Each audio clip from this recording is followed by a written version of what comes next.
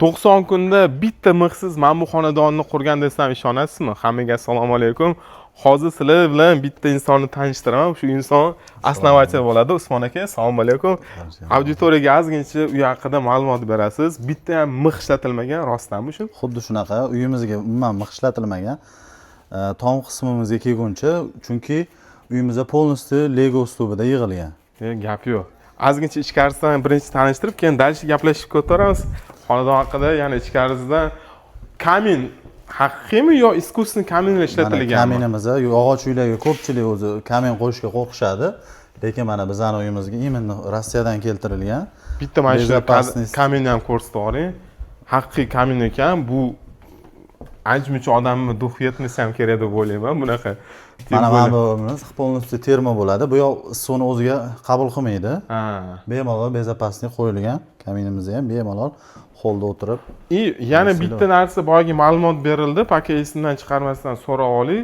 Mana bu narsalar nima bilandir обработка qilar ekan, yonmas ekan.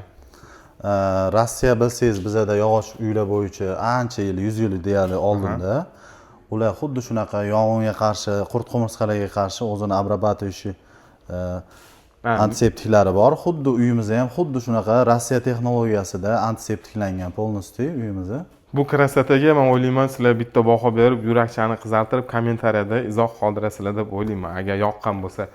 Ikkinchi etajga marhamat, shundan ikkinchi etajdan ozgincha ko'rsatib kelgan Usmon akamni profilini qoldiraman, bemalol o'tib, agar dachniy nimada uy qurmoqchi bo'lsanglar, bemalol bularga murojaat qilsangiz ham bo'ladi. Особенно mana bunaqa vidda, shunday bitta vidda ham ko'rsatib yuboring.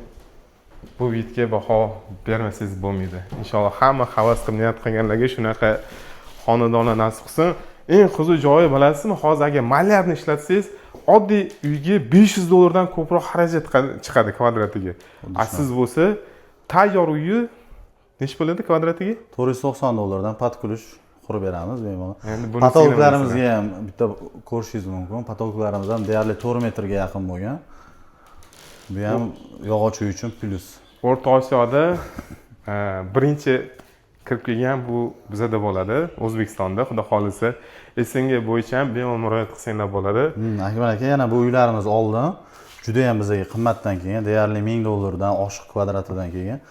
Biz buni O'zbekistonda o'zimiz olib kirib texnologiyasini deyarli 50% ga narxini tushirganmiz. Alloh xayrli qilsin, barakasini bersin. Okay, xudo xolisa bularning nomerini pastda qoldiramiz. Bular bilan bemalol telefonlashib, orzungizdagi xonadonni qurishingiz mumkin.